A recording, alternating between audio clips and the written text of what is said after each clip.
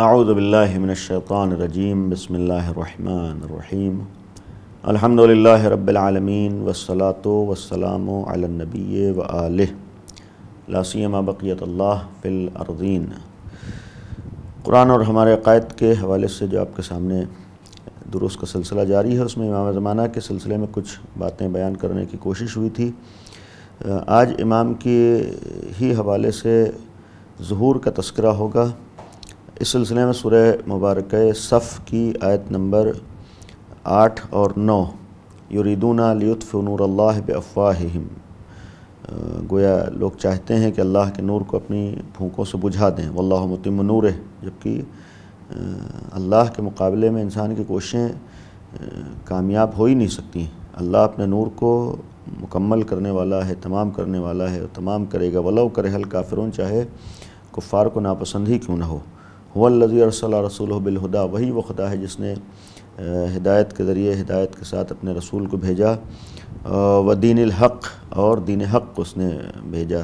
لیظہرہ علی الدین کلہ، تاکہ تمام ادیان کے اوپر یہ غالب آ جائے، ظاہر ہو جائے تمام ادیان کے مقابلے میں۔ ولو کرہ المشرکون، یہاں بھی چاہے مشرکین کو ناپسند کیوں نہ ہو۔ اس میں صاف صاف اللہ نے اپنی جانب سے نور کے گویا نور کا تذکرہ ہے، اور اپنے جانب سے دین حق کے مکمل اور پوری دنیا میں پھیل جانے کا تذکرہ ہے، اور اس دین کے پوری دنیا پہ غالب آ جانے کا تذکرہ ہے۔ اس سے قبل بھی عرض کیا تھا کہ بعض روایات کے مطابق اس سے امام عصر کے ظہور کی جانب اشارہ ہے، اور جس وقت امام تشریف لائیں گے یہ وعدہ الہی پیغمبر کے آخر جانشین برحق جو اس وقت پردہ غیب میں موجود ہے اس کے ذریعے سے پورا ہوگا۔ اگر ہم ظہور کے سلسلے میں غور کریں تو ظہور کے اولاً جو امام زمانہ کا ظہور ہمارے ہاں کہتے ہیں، اس کا ایک مفہوم یہ ہے کہ اللہ کے حکم اور اللہ کی مصلحت سے امام اس وقت پوشیدہ ہیں، یعنی لوگوں کے سامنے نہیں، لوگ ان کو نہیں دیکھ پا رہے، لیکن ہیں، کائنات میں موجود ہیں، زندہ ہیں، جن کی ولادت 255 ہجری میں ہوئی تھی اور آج بھی زندہ ہیں، اور جب اللہ کا حکم ہوگا اور اللہ کی مصلحت ہوگی وہ ظاہر ہوں گے، اور متعدد اور معتبر حدیثوں کے مطابق دنیا کو اسی طریقے سے عدل و انصاف سے بھر دیں گے جیسے وہ ظلم و جور سے بھری ہوگی۔ اسی لیے ہمارے یہاں ظہور یعنی غیبت کبریٰ کے بعد عدل و انصاف کرنے کے مقصد سے امام عصر کا ظاہر ہونا، امام مہدی اجل اللہ تعالیٰ فرجہ الشریف کا ظاہر ہونا، یہ ظہور کہلاتا ہے۔ یہاں پر ایک قابل توجہ چیز ہے، لفظ ہے کہ ایک امام کا ظہور ہے، یعنی عدل و انصاف قائم کرنے کے مقصد ظاہر ہونا، اور ایک امام کا قیام ہے۔ بعض جگہوں پر قیام اور ظہور کے ایک ہی معنی ہیں، لیکن بعض جگہوں پر قیام کے معنی الگ ہیں اور ظہور کے معنی الگ ہوں گے، یعنی عدل و انصاف کے لیے امام کا ظاہر ہونا یہ ظہور کہلائے گا،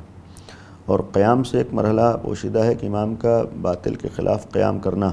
تو اس سلسلے میں یہ مسلم ہے کہ امام ظاہر ہوں گے اور امام کا ظہور ہوگا، اور ظہور کا لفظ حق کی حکومت کے آشکار ہونے، ائمہ معصومین کے امر کے ظاہر ہونے، امام زمانہ کی پیروی اور آپ کی حکومت جیسے موارد کے لیے بھی استعمال ہوا ہے، یعنی ان سب چیزوں کے لیے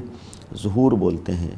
اور یہ بھی ایک ضمناً عرض کروں کہ ظہور انشاءاللہ ہوگا، امام ظاہر ہوں گے حکم خدا سے اور اللہ کے فیصلے سے، اور یہ جو ائمہ معصومین دنیا میں تشریف لاتے ہیں اسے ولادت کہتے ہیں، امام کی ولادت ہوتی ہے، ظاہر انشاءاللہ آخری امام ہوں گے اور ان کا ظہور ہوگا۔ اسی طریقے سے اگر توجہ دیں تو ظہور کا گویا عقیدہ یا ظہور کا تصور صرف یا ایسی ذات کے ظاہر ہونے کا تصور صرف شیعوں کا عقیدہ نہیں ہے، بلکہ یہ ایک تمام مذاہب کا عقیدہ ہے اور تمام مذہب کے ماننے والوں کا عقیدہ ہے۔ حتیٰ اگر ہم ہندوئزم میں جائیں تو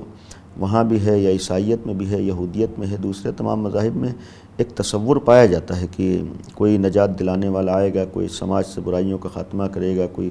دنیا میں عدل و انصاف قائم کرے گا۔ مثلاً بعض ہندو کتابوں میں کالکی یا اس طریقے کے تعبیرات جو ہیں اس کا گویا ایک انتظار کا تصور ہے وہاں بھی۔ اسی طریقے سے مثلاً عیسائیوں کے ہاں جناب مسیح کے سلسلے میں ہے، تصور پایا جاتا ہے خود کی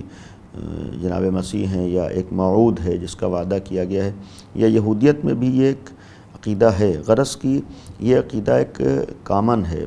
یعنی ہر ایک کے نزدیک ہے، اور یہی عقیدہ مسلمانوں کا بھی ہے، اہل سنت کے ہاں بھی کسی کے ظاہر ہونے کا اور مہدی موعود کا گویا ایک عقیدہ پایا جاتا ہے۔ ہم شیعوں کا عقیدہ ہے کہ وہ جو ظاہر ہوں گے وہ پیغمبر کے 12ویں جانشین ہوں گے، یعنی 11ویں امام حسن عسکری علیہ السلام کے بیٹے ہوں گے، جن کی ولادت 255 ہجری میں ہوئی۔ اور یہاں پر امام کے ظہور سے پہلے بعض روایات کو اگر ہم دیکھیں تو اس میں ہے کہ دنیا مکمل طور پر ظلم جور سے بھر چکی ہوگی، ہر طرف فتنہ و فساد ہوگا اور ہر طرف برائیاں ہوں گی، اور پھر اس میں ہے کہ سفیانی و نواسی وغیرہ جیسے دشمنوں کا وجود جو بعض جگہوں پر عراق اور دیگر اسلامی ریاستوں میں شیعوں کے خلاف سرگرمیاں انجام دیں گے اور شام پر قبضہ کر کے وہاں کی حکومت اپنے ہاتھوں میں لیں گے۔ اس طریقے کی روایات ہمارے ہیں موجود ہے۔ اسلامی دنیا میں امام زمانہ کے چاہنے اور ماننے والے اس کوشش میں ہوں گے کہ آپ کے نام اور آپ کی یاد کو دنیا میں پھیلا سکیں، یعنی یہ بھی ایک غیبت کے زمانے میں ذمہ داریوں میں سے ان کی ایک ذمہ داری ہے جسے بہت سے لوگ پورا کر رہے ہیں اور کرتے رہیں گے انشاءاللہ۔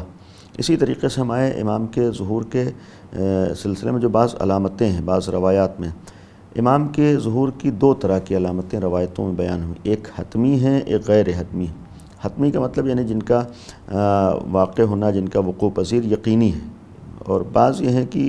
یعنی علامتیں بیان ہوئی ہیں لیکن ان کا یقینی نہیں بیان کیا گیا ہے، ہو سکتا ہے وہ علامتیں واقع ہوں اور ہو سکتا ہے علامتیں واقع نہ ہوں۔ مثلا جن علامتوں کو حتمی کہا گیا ہے، حتمی علامتوں میں سے روایات کی بنیاد پر وہ سفیانی کا خروج ہے، خروج سفیانی۔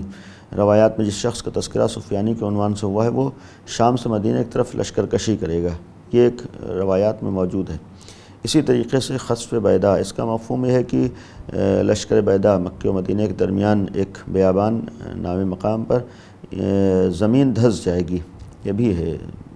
ایک علامت بیان کی گئی۔ یا اسی طریقے سے ایک علامت جو حتمی ہے ندائے آسمانی، یعنی آسمان سے ایک ندا گونجے گی۔ بعض میں ہے کہ حضرت جبریل آسمان سے ندا بلند کریں گے اور ساری دنیا اس آواز کو سنے گی، یہ بھی امام کی ظہور کے علامتوں میں سے ایک علامت ہے۔ یا ایک علامت امام کے ظہور کے نشانیوں میں سے حتمی نشانی قیام یمانی ہے، یعنی اہل یمن میں سے ایک شخص قیام کرے گا اور وہ لوگوں کو امام مہدی کی طرف دعوت دے گا، یہ بھی ایک گویا نشانی بیان ہوئی ہے۔ یا اسی طریقے سے قتل نفس زکیہ،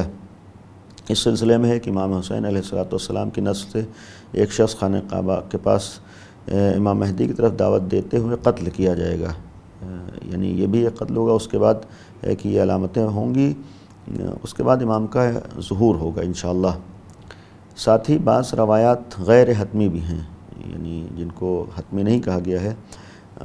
شیعوں کے ہاں مثلا صریحی روایات حتمی طور پر اور قطعی طور پر بیان کیے گئے، علائم ظہور کے علاوہ تمام دوسرے علائم گویا موقوف و مشروط اور غیر یقینی شمار کیے گئے ہیں۔ ایسی علامتیں جن کا ارادہ اور مشیت الہی سے تغیر تبدیل ہونا، ان میں تقدم و تاخر ہونا ممکن ہے۔ مثلا کسی حدیث میں کسی بلا کے نزول کو کسی شے سے مشروط کیا گیا ہے، مثلا ممکن ہے کہ وہ بلا مومنین مسلمانوں کے توسل استغفار کی وجہ سے ختم ہو جائے یا تاخیر ہو جائے، یہ ممکن ہے۔ تو اس طریقے سے مثلا بعض انہی علامتوں میں سے ہے کہ نیمہ ماہ رمضان میں سورج کا گرہن، عادت کے برخلاف مسجد دمشق کے مغربی حصے کا دھس جانا، یا شام کے خرشنا نامی دیہات کا زمین میں دھس جانا، بصرے کا ویران ہو جانا، سفیانی کے خلاف قیام کرنے والے شخص کا کوفے کے پشت پر اپنے 70 ساتھیوں کے ساتھ قتل کر دیا جانا، خراسان کی جانب سے سپاہ پرچموں کا بلند ہونا، یہ ہمارے لیے علامتیں بعض بیان ہوئی۔ اس طریقے کے دیگر علامتیں ہیں۔ آخری بات یہ ہے کہ امام کا جو ظہور ہوگا اس سلسلے میں جگہ 100% معین نہیں کی گئی، لیکن روایات میں ایسے افراد جو امام کے ظہور کا وقت معین کرتے ہیں، ان افراد کی بھی مذمت کی گئی ہے، یعنی افراد جھوٹے کہا گیا ہے، یہ افراد یعنی قابل قبول نہیں ہیں کہ جو امام کے وقت معین کریں ظہور کا اور ٹائم معین کریں، اور بعض یہاں تک ہے کہ اگر گویا دعویٰ کریں یہ بھی جھوٹے ہیں اس طریقے کے افراد۔ اور پھر یہاں پر بہرحال امام کے ظہور کے حوالے سے ظاہر ہونے کے بعد بھی بعض علامتیں بیان ہوئی ہیں جو ہم بعض کتابوں میں دیکھ سکتے ہیں۔ مقصد یہ ہے کہ مسلم ہے، اور انشاءاللہ جب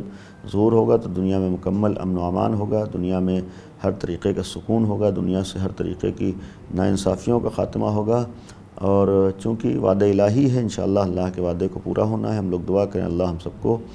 وہ دن نصیب فرمائے کہ اس وعدہ الہی کو ہم لوگ اپنی نگاہوں سے دیکھیں اور